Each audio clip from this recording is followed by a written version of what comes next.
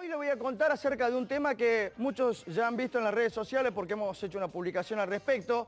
Y es un tema bastante delicado porque tiene que ver con una condición que afecta a las personas en las horas de sueño, que por ahí son las horas clave para la recuperación, para el descanso. Y estoy hablando de la parálisis del sueño. En este caso me toca de cerca porque yo la sufro desde los 14 años. La primera vez que me pasó, nada, fue una mezcla de sensaciones, confusión total. Básicamente, para el que no sepa lo que es, bueno, uno está durmiendo y de pronto a mitad de la noche abre los ojos y está consciente pero no puede mover el cuerpo. A veces esto viene acompañado de alucinaciones. Uno puede observar figuras, por lo general tétricas, sonidos estridentes, y pierde la noción del tiempo. Por lo tanto, la percepción hace que uno crea que eso duró un montón de tiempo, por más que solo haya durado segundos. Bueno, es realmente algo muy movilizante. El que lo sufre con todas las letras. Y hoy vamos a indagar un poco más acerca de eso. Pero ¿cómo llegamos nosotros a este tema? Bueno, charlando por ahí con nuestra compañera Vero Gómez también, me doy con que ella también lo sufría. Después, uno, claro, pasa la vida y no se da cuenta, ya aprende a lidiar con eso, o está muy asociado al estrés también, y no se da cuenta la cantidad de gente. Investigando un poco, según la Universidad de Granada, esto afecta a casi la mitad de la población.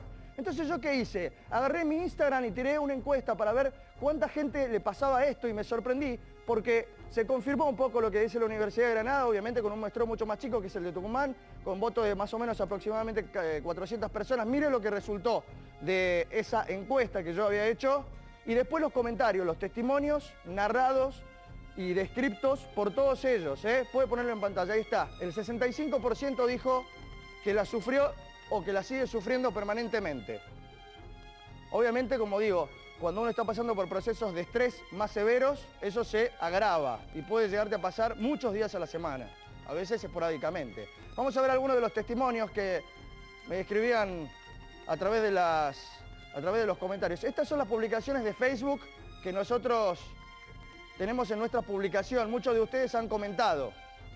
Déjenlo correr nomás. Ana Carolina, Blanca Estela, Natalia Díaz, María Elena Campero, Brisa González, Lourdes Cerrizuela. Vamos a desglosar esto porque, claro, son tantos los comentarios que por ahí no podemos detenernos en todos. Por eso se me ocurrió la idea de hacer una nube de palabras. Una nube de palabras es eso que tenés ahí, deténgase. Porque a partir de agarrar todos los testimonios y ponerlos en un sistema que detecta cuáles son las palabras más frecuentes, nos dio como resultado esto, se puede quitar el graph. Estas son las palabras más repetidas dentro de la nube de palabras en los testimonios de las personas que han mandado su mensaje. Parálisis, horrible, moverme, despertar, sombras, siento. Muchos lo asocian con apariciones. De hecho, en la antigüedad, y esto ha dado, como veíamos recién, imágenes de pinturas renacentistas, esto ha dado origen a leyendas como la de los incubus y los sucubos, que son demonios femeninos masculinos que asediaban a las personas durante la noche, le quitaban su energía. A veces estos relatos iban acompañados de testimonios de carácter sexual, otras veces solamente emocional, pero todas las culturas le daban un significado distinto e intentaban interpretar qué pasaba con todo esto. Obviamente por su lente cultural.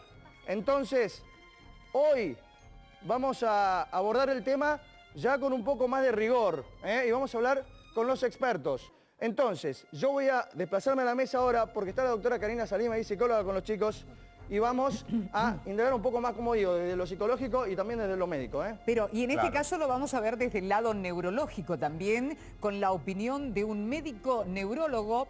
Cecilia estuvo en las jornadas. Exactamente, en esta jornada de apnea que se llevó a cabo ayer y hoy en el Hotel Sheraton. Queremos conocer mucho más en referencia a esto. Presten atención.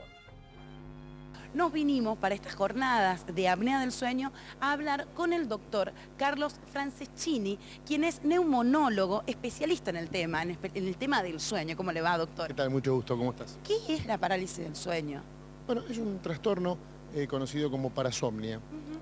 Se ubica habitualmente en la etapa, en la transición entre que estamos despiertos, nos vamos quedando dormidos y nos dormimos. O sea que al inicio del sueño, cuando estamos entrando, y al final, cuando nos estamos despertando. ¿Por qué tiene esa sensación en donde nos paralizamos cuando estamos y no podemos despertarnos y perdemos como el control de nosotros mismos?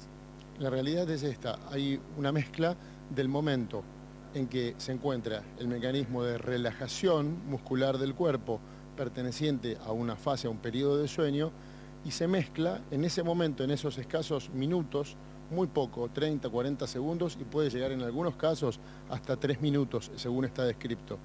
Ese pequeño tiempo es el que se genera una mezcla en dos mecanismos. Uno, cuando nos relajamos y nos vamos durmiendo, y el otro, el mecanismo de alerta que nos vamos despertando. Entonces, ¿qué sucede? El cuerpo se encuentra encerrado, no podemos mover los músculos, no tenemos posibilidad de generar absolutamente ningún movimiento, sin embargo, estamos despiertos. Nos damos cuenta de lo que sucede alrededor, estamos conscientes de lo que va pasando en ese momento, y porque estamos conscientes y nos damos cuenta de la situación, me desperté y no me puedo mover y no puedo hacer nada, generamos una sensación de ansiedad muy importante y una sensación muy desagradable para el paciente. Dura muy poquito tiempo, pero este es el punto. Soy consciente de lo que pasa, pero no puedo hacer nada con respecto a eso. Pero lo importante que se entienda es que es una situación que se presenta habitualmente en la etapa en que me quedo dormido o que me estoy despertando. En nuestra comunidad picante tienen preguntas, doctor. Vamos acá en Facebook. Lourdes Cerrizuela le pregunta a usted en realidad. A mí me pasa esto hace 20 años y me pasa muy seguido. Últimamente al menos una vez a la semana. Esta periodicidad, ¿es normal? ¿Qué debería hacer, Lourdes? En principio hay que tener en cuenta que la presencia de esta parasomnia, la parálisis del sueño, conocida de esta manera y así está descrita, se presenta generalmente vinculada a una situación que es la deprivación del sueño, las personas que duermen poco, el que le falta horas de sueño. Segundo, las personas que tienen viajes donde hay muchos usos horarios de por medio y se genera el conocido jet lag, el cambio de uso horario, suelen tener estas situaciones. También están muy vinculadas, y la situación más frecuente es la narcolepsia, que es justamente la enfermedad del sueño, donde súbitamente y en plena vigilia nos quedamos profundamente dormidos unos minutos y nos despertamos, teniendo con ello la posibilidad de tener accidentes de por medio. Y la otra asociación muy frecuentemente son las apneas obstructivas del sueño. Entonces, estas 4 situaciones, que son las más comunes, el que duerme poco, como decíamos recién, la persona que pueda llegar a tener una narcolepsia o que pueda tener apneas obstructivas del sueño o cambio de uso horario, son los que tienen el problema. La periodicidad de la presentación, si se presenta todas las semanas o todos los meses o muy cada tanto, es muy variable y no hay nada especial para hacer con aquel que se tiene una presentación frecuente o no. La realidad es que lo mejor es, uno, lo que sucede, lo que usted refiere, lo que refiere la paciente, hay un autodiagnóstico. Ella ve que se desespera, se siente angustiada porque durante un minuto o un poco más ve todo lo que pasa, siente y se da cuenta que no puede hacer nada. Segundo, lo que hay que hacer es, cuando ya conozco lo que me pasa, sé que me puede volver a pasar. Y cuando me está pasando, saber de que esto va a ocurrir de vuelta y va a suceder solamente estos tiempos, estos segundos, estos minutos. En ese momento ni yo puedo hacer nada, ni tengo que transmitirle a los demás compañeros de mi familia, de pareja de cama, que no hay nada para hacer. No hay nada para hacer, no hay tratamiento, no hay medicamentos para tomar en ese momento, en esa instancia. No es una situación urgente, es conocer lo que me sucede, saber que esto va a pasar y dejarlo pasar. Muchísimas gracias, doctor. De nada. Lo escucharon al doctor, tranquilidad sobre todo, y bueno, siguen con el tema en el piso. Perfecto, claro. Cecilia, qué bien que lo explicó el médico. Y muchas personas seguramente, Marcelo, habrán dicho, ahora me estoy dando cuenta que eso es lo que me ocurre habitualmente, o casi siempre, o me ocurrió en algún momento. Pero eso era desde el plano neurológico, y ahora acá lo vamos a tratar desde el plano psicológico, porque uno después se despierta y tenés que enfrentar con esa realidad. Viviendo. ¿No? Karina Salim es psicóloga. ¿Cómo le va, Karina? ¿Qué tal? ¿Cómo está? Bien. Estas situaciones que por ahí, como decíamos, y veíamos al neurólogo que puntualmente explicaba cómo es esta situación, ¿no? Hay una persona que le agarró una sola vez y otra que tuvo en reiteradas oportunidades. ¿Cada uno tiene una definición distinta o es la misma? La definición es la misma, Ajá. Varía la frecuencia, digamos. Claro. Un episodio único o que haya registrado como único y algunos que lo tienen frecuentemente, Claro. ¿no? Y desde la psicología, ¿qué patología o cómo se lo menciona puntualmente? Claro, está dentro de las alteraciones del sueño, como Ajá. explicaba el doctor, es una parasomnia. Se lo explica como una justamente alteración, tiene que ver con varios factores. Uno de esos, por ejemplo, la privación del sueño, cuando una persona, ya sea por cuestiones laborales o lo que sea, Las personas que trabajan en guardias, por de los ejemplo, hospitales. claro. Que trabajan mucho durante la noche. Claro, lo que llamamos el ritmo circadiano, que es lo que tiene el cuerpo y va regulando el momento en el que uno está despierto y el momento en el que el cuerpo necesita dormir, se modifica. Entonces eso produce una serie de modificaciones a nivel cerebral y puede ser una de las causas de esta alteración. Claro. Otra de las causas, cuando uno viaja a otros lugares donde cambia el uso horario. Entonces también afecta ese ritmo que se llama circadiano. El estrés también es otro factor muy ligado a este trastorno. Cuando me despierto, ¿puedo creer que hayan sido hasta alucinaciones, Sí. Karina? Sí, por ahí pasa que, a ver, depende de las creencias y la cultura en la que esté la persona que le sucede esto, es también el significado que le va a dar. Entonces, la experiencia que tienen es tremenda y como muchos tienen alucinaciones visuales y auditivas, muchas veces se asocia a fenómenos paranormales, digamos. Claro, qué tremendo, ¿no? Por ejemplo, el que es creyente piensa que son malos espíritus, Sí. que te invaden y que vienen a atormentarte, ¿o no? Pero acá tenemos casos reales de nuestros compañeros, Agustín En vivo. y Verónica. En vivo, Ellos sí. han tenido esta situación, ¿no? Sí, como contaba yo recién, me pasó primero a los 14 años, no sabía cómo interpretarlo. Pero también entiendo que muchas veces, y esta quizás sea la pregunta para alguien de su disciplina, ¿puede estar esto desencadenado a partir de un momento difícil de la vida? Por ejemplo, una pérdida, por ejemplo, un trauma. ¿Esto es posible? Tenemos un testimonio ahí que vamos a ver un ratito. Si quiere ponerlo, porque la persona que va a hablar primero, bueno, refiere que le pasó esto en un viaje a Buenos Aires, o sea, está el jet lag que decía por un lado el doctor, y por otro lado por un cuadro de enfermedad de su madre. Y mira lo que decía. Abro los ojos y veo todo negro. Y en el momento que yo me quiero levantar, no puedo. Hasta que comencé a notar de que lo que estaba encima mío era algo demasiado pesado. Yo pensé que era un ladrón o algo, pero era algo demasiado flaco, demasiado pesado y demasiado alto. Y Tremendo, ¿no? Por Dios. ¿Cómo es eso? Claro, Bien. es una Lo que pesadilla. tenemos que entender que en la parálisis del sueño, a ver, como para explicarlo de alguna forma, el cerebro despierta antes que el cuerpo. Cuando entramos en el periodo de sueño REM, ¿sí? Que es el sueño profundo, Claro. Todos los músculos del cuerpo se relajan, incluidos los músculos de la respiración, también todos los músculos. Nuestro cerebro se despierta, pero no manda la orden al cuerpo de que ya está despierto. Claro. El tiempo de duración, según los estudios, es entre 1 a 3 minutos, pero la persona lo vivencia como una eternidad. Claro. ¿Sí? Con eso tiene que ver, y las alucinaciones tienen que ver justamente con ese fenómeno, ¿sí?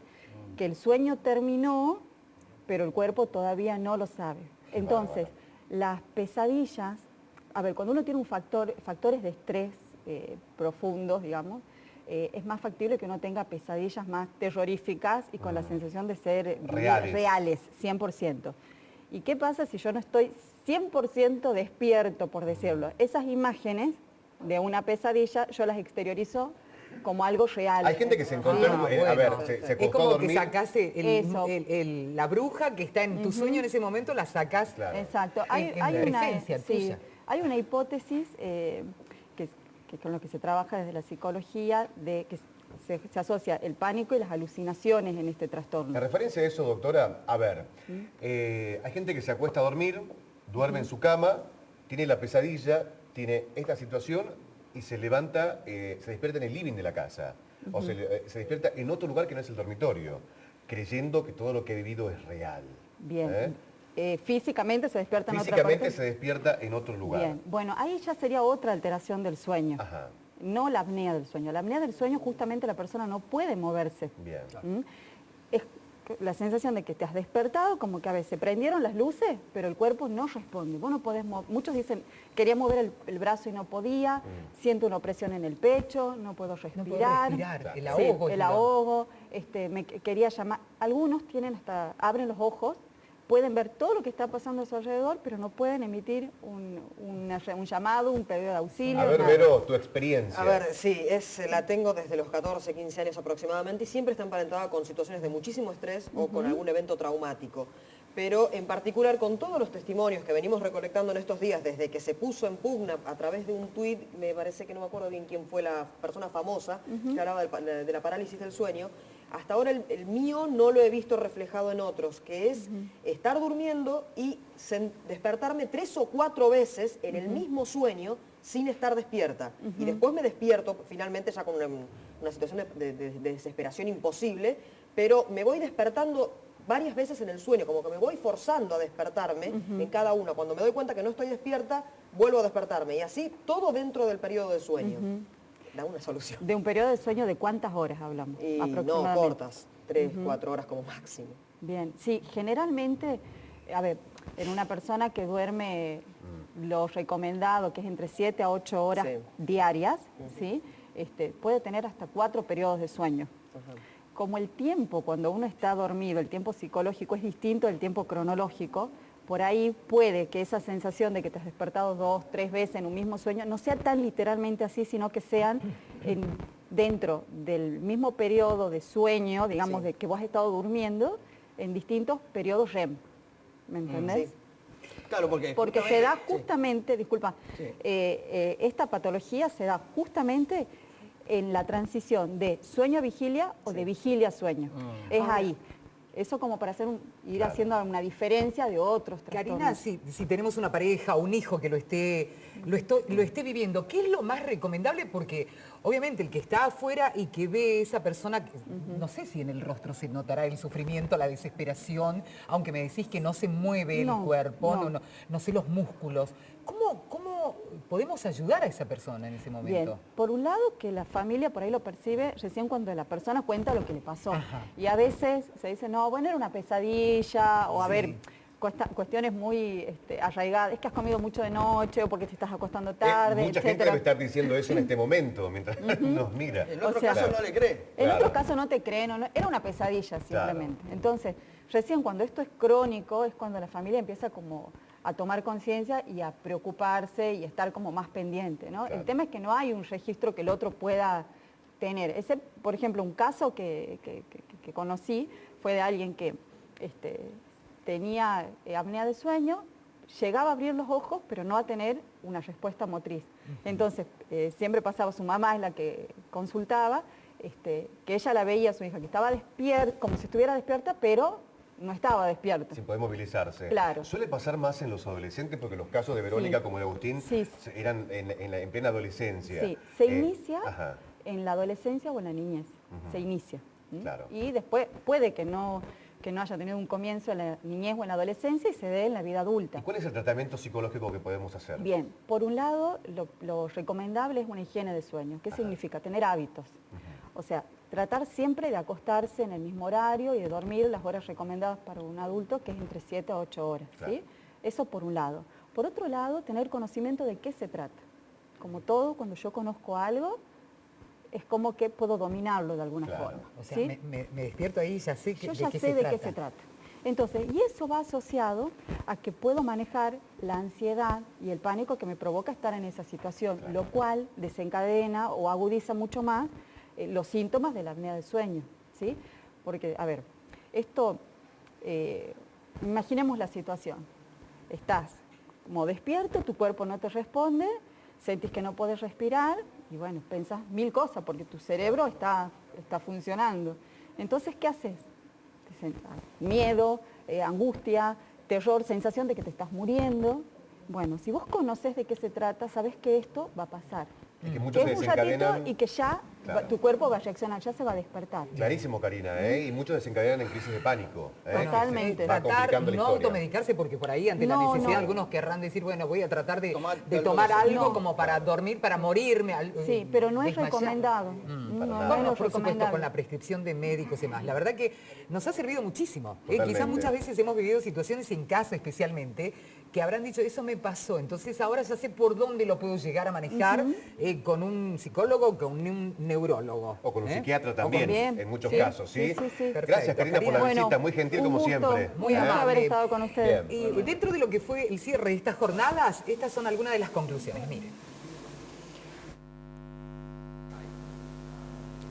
Se están desarrollando en Tucumán las jornadas nacionales de apnea de sueño. Es por eso que vamos a hablar con la jefa de la unidad de sueño, la doctora Mirta Coronel. Buen día, doctora, ¿cómo le va? Muy buenos días, ¿cómo estás vos? ¿De qué se trata estas jornadas de apnea de sueño? Estas son unas jornadas nacionales. Muchísimas gracias por venir a entrevistarnos porque esta publicidad para nosotros es muy trascendental. Es una enfermedad de alta prevalencia que está subdiagnosticada y subtratada, por lo tanto. Entonces nosotros necesitamos hacer difusión de esto porque la apnea del sueño se trata de una enfermedad donde hay ronquidos, después el paciente hace pausas respiratorias y se despierta asustado, ¿sí? Son pacientes que tienen a veces muchas pesadillas, como que se caen, que no pueden levantarse, y eso es porque están haciendo las pausas respiratorias. Al hacer las pausas respiratorias, el cerebro dice, despertate porque no estás respirando, y el paciente se despierta asfixiado, asustado, porque no puede respirar. ¿Tiene cura o algún tipo de tratamiento? Esto tiene un diagnóstico y tiene un tratamiento que es costo efectivo. O sea, si nosotros lo tratamos al paciente con un tratamiento que se hace que se llama CPAP, o hay otros tratamientos alternativos, el paciente no tarda un mes, un año en recuperarse, sino al otro día que hace el tratamiento es otra persona. Increíble. ¿Por qué? Porque él hace su tratamiento y se despierta totalmente descansado, totalmente restablecido de todos los problemas que ha tenido durante la noche. Entonces recupera calidad de vida. ¿Qué tiene de importante esto también? Que afecta en una etapa de la vida que es totalmente productiva, entre los 20 y los 50 años. Nosotros en el Hospital Padilla tenemos un servicio que es la unidad de sueño y ventilación no invasiva, donde los pacientes que no tienen obra social, a través del Ministerio de Salud Pública, se les consigue diagnóstico, después se les hace tratamiento y se llevan un equipo a su casa.